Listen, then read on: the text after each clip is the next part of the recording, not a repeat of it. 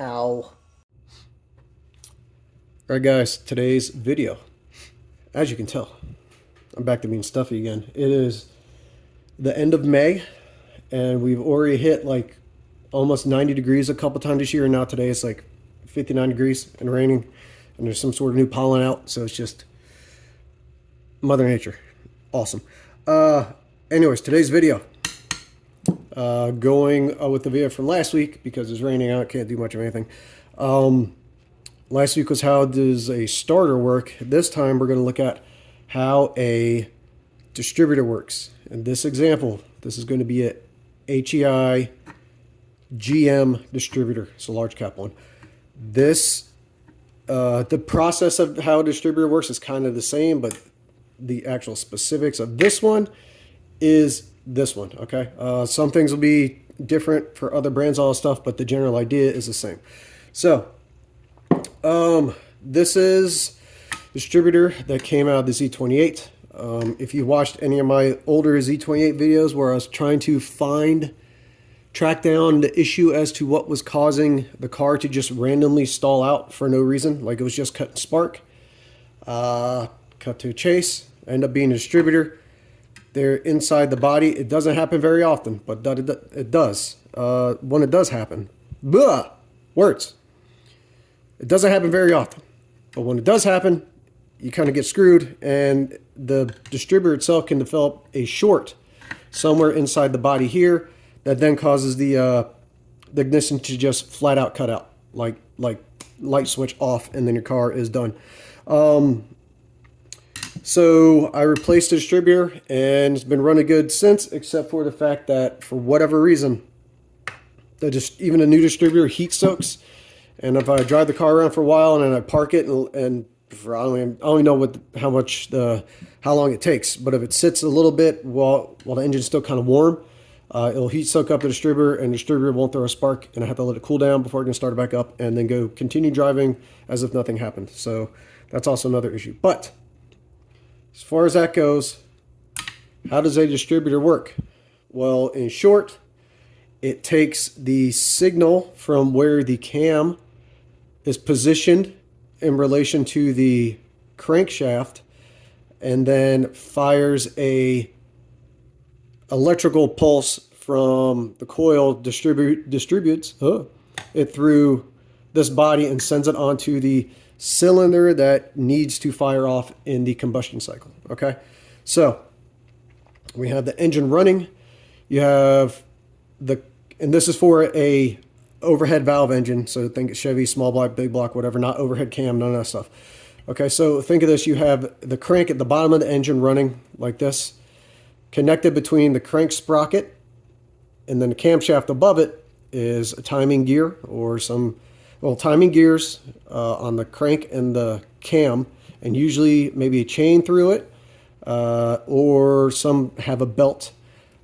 Sometimes, like race applications, I don't think any OEM applications do this, but there'll be actual secondary gears in between the two big gears, and that's the most reliable thing. You don't really have to worry about those braking, but they can kind of be a little loud. Chains, the second most reliable. They just kind of stretch a little bit, and then timing belts, they just break at random, and if you're lucky, it doesn't cause the engine to still spin and a valve to come down at the wrong time and hit a piston. So this here, if you imagine the engine kind of sitting here, here's your crank, here's your camshaft up here, here's the top where the intake is, and a GM vehicle, these are located towards the back, and rear wheel drive for Ford, they're up at the front. This sits down, slides into the intake, and this comes down here, and this gear contacts with a gear that's on the back side for a GM of the camshaft.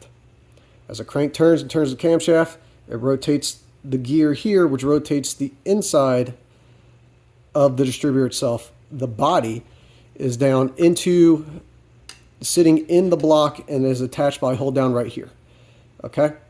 Now before we move on, let me show you this. Also right here at the bottom of the distributor, if you can see that little tab here, that tab goes and engages into the top of the oil pump that has the pickup that sits down the oil pan, and that is what powers the oil pump to pump the oil through the rest of the engine up to the valves, the rockers, the lifters, all that stuff. Okay.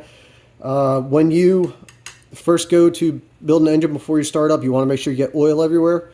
They have special tools that you can go slide down into the slot, put a drill on it, and prime the oil pump. Or if you have an old distributor like this, you can just pull the center out, remove the cap and rotor at the top, and run a drill, and you can use old distributor to prime your engine. Okay, so there's that. So as the cam turns, the distributor turns, oil pump turns at the same time. Okay, so now this here was known as a large cap HEI distributor for GM. These were kind of the first style of the HEI distributors that started around the mid-70s when GM switched to those off of a points-based contact system, and I'm not even going to bother going into that. That's more old school. We're just going to talk about this right now. This is known as a large cap because right on top of it, you have right here your ignition coil. Around late 80s to early 90s, I believe that, or mid 80s, early 90s, GM switched from a large cap to a small cap distributor, which everything is the same except the body distributor is smaller, the cap is smaller, obviously, because the coil is taken off the cap and located like remotely with a cable, a wire, like a spark plug wire, but a cable specific wire or coil specific wire that goes from the coil output to the center point of the distributor cap. Because right now underneath here you have the coil that is making contact with the center post of the distributor cap. The small cap HEI does out of that and just puts like another plug wire there to do that. Okay. Around here you have a post for each of your cylinders, V8, 8 cylinders. How this sits on the car normally is kind of like about this, and you rotate the body around, and like this would be your number one GM. It all depends on how it's sitting. No, this one's probably be your number one. It comes down to setting your timing. So when you first slide the distributor in the car, you slide it down, and you will, well, let me remove this and show you. This is just 4 little hold downs to hold the cap on.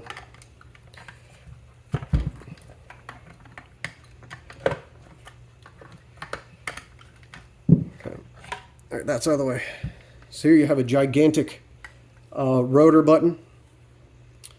So when you kind of set this into the car, if you're originally timing your car, you have it set the top dead center. To begin with, if you're replacing a distributor out, like I did in my one video of replacing a distributor, I'll probably put it up in the car or in the description or something.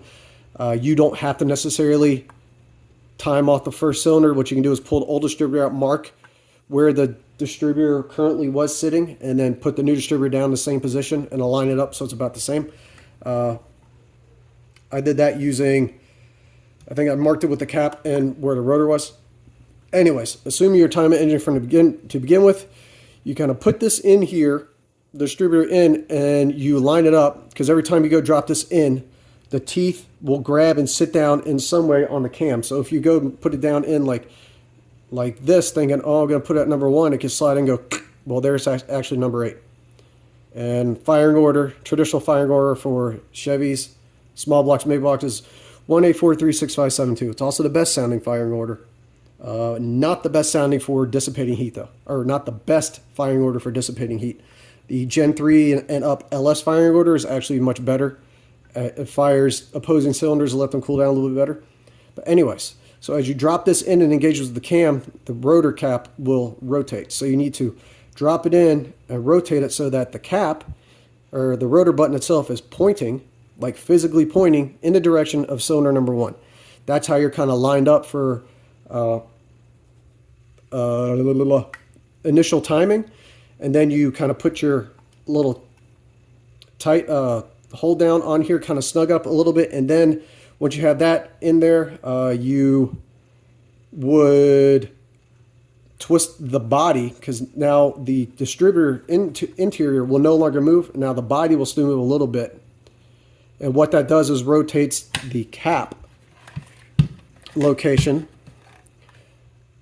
of the post for the number 1 to the location of the contactor for the on the rotor button. So you rotate this around and you use your timing gun, you run the car with everything, this computer and stuff disconnected, and you set your base timing to whatever it's supposed to be. Okay. that's kind of its own different thing here, but this is just kind of how this works. So what this does is on the distributor itself, and I'm not going to pull this cap off because it's kind of annoying, but right here we have the ignition control module. Feeds in, feeds out, connects to, this connects, I'm sorry, feeds in, feeds out. This connects up to the underside of the coil itself, which is right here in the cap. If this were a small cap HEI, this would go HEI, this would go connect to the coil externally. This picks up signals from the computer, since they started using computers to run cars back in the early 80s or whatever. They're very rudimentary computer systems. I think Chrysler actually started doing it back in the 70s.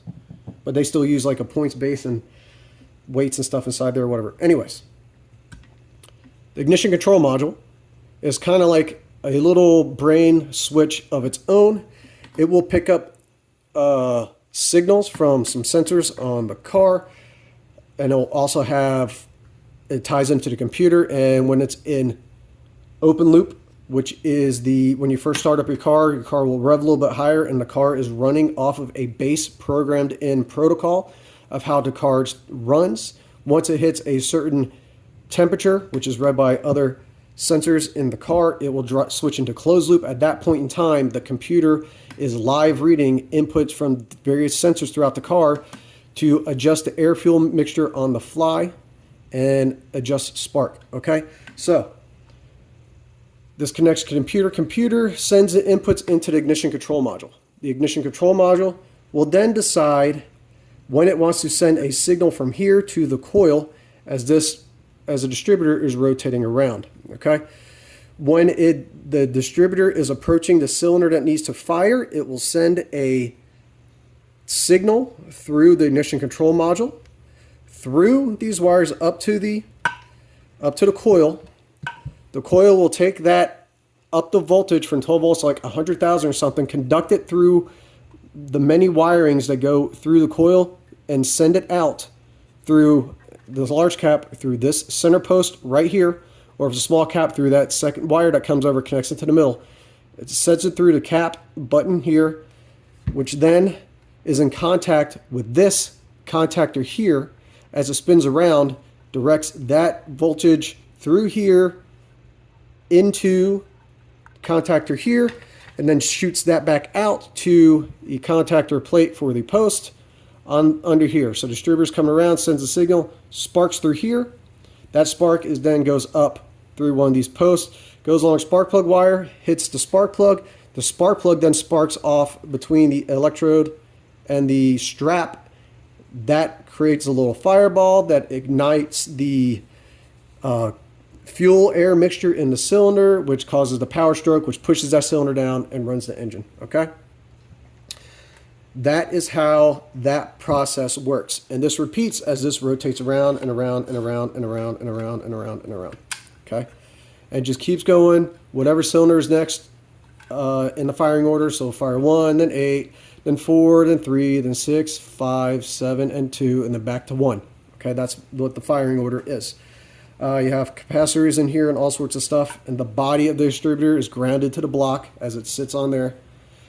And that is how the process works for having a distributor car, of how it works to run your engine. Doing tune-ups on these is pretty straightforward. Usually a tune-up consists of, for the most part, the coils kind of hold up a little bit longer than you would think. The ignition control modules depends on usually how hot they get. For GM, they're attached right to distributors. Some other models will have the control module off and like attached to a firewall, not even a part of the distributor, and that's just run through connectors and stuff. Those do fail. They don't fail as often as you may think. What you would do for a normal tune-up is usually just plugs, wires, cap, and rotor. If you ever hear cap or rotor, here's your cap, here's your rotor. And you simply just unscrew the old rotor. On a small cap HEI, the rotor button just slides right on, and all you do is pull it off and put the new one back on. It's got a little tongue and groove that slides into the shaft itself. It doesn't even attach by screws. And the cap, you get rid of it and you just put it right back on, and then you're generally good to go. They're easier to work on. The initial setting of the timing is usually the trickiest part. You would just, if your car is stock and you're just replacing this, you would just go by whatever the stock recommended values are for you, and there'll usually be a tag under the hood somewhere or in the owner's manual if you can find that. If not, you can look it up online. A lot of times when you're going to start an engine for the first time, people will crank it over and they'll turn the distributor backwards till it almost sounds like the engine is trying to run backwards, and then it'll turn forward and then they'll twist it forward to get some advance in, which means it will fire. It will shoot the signal through here to fire before the piston is coming up to top dead center, because if you fire it too early, the explosion here will start pushing this piston down as the rest of the engine is trying to push it up. If you fire it too late, the piston's already coming down and you're losing power through doing this. The explosion happening afterwards and you're losing power and not burning completely. What you want to do is, as this comes up, you're a little bit advanced, so the spark flies here, starts igniting this at the same time that it comes up, and then you get full power, full compression, full everything, full explosion, and pushes it back down. After they went with these away from distributors, everyone started moving to like either coil on plug ignition, or it depends on what type of layout it is. Like if I'm talking about the Cruise, it has one big single coil pack that has all four spark plugs connect directly to that one coil pack. If it's like an LS engine, LT engine, it has an individual coil pack per cylinder. And it switched away from using the cam direct engagement mechanical wise to throw the spark, to using cam and crank triggers, which are just other sensors that would take place of this. And usually they have a reluctor wheel with teeth on it, and it creates a magnetic field with the sensor that when certain teeth pass through the field, it sends a signal to the computer. The computer then sends a signal to the individual coil pack that then tells that coil pack then shoots the spark directly into the spark plug to ignite it off. So it removed kind of this whole distributor system from the cars. Is it better? I mean, the wires are much shorter unless you do like remote locating the coil packs, because you don't like the way the coil packs look on there. Those coil packs tend to wear out much sooner than a standard old school coil on its own. They're usually sitting directly on top of an engine, getting the most amount of heat to run it. And for timing an engine that's that way, everything's computer-wise. So you plug in your laptop with your tuning software, and you got to enter in however many degrees your base timing is at this RPM and at this RPM or whatever, and you run up, start up, you see what's reading through the O2 sensors, and have what you think you should be reading to get it stoic, and all the temperature and other sensor inputs coming in, and you adjust it all through a computer. There's no more twisting of a distributor or replacing points even farther back and springs in a distributor to get it to to adjust your timing. Everything's now is all computer controlled. It's kind of a blessing and a curse. All right, it makes things look probably a little cleaner. It also makes things more prone to break. I'm under the mindset that the more electronic bullshit you have, the more shit you have to go wrong. I think there's a kind of like a good in-between point of certain amount of electronics as opposed to everything being fully mechanical.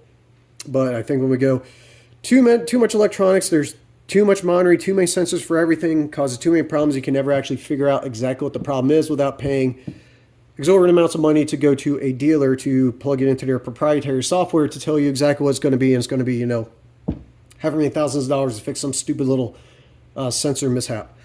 But I digress. So anyways, this is a rundown of how the distributor works in a car.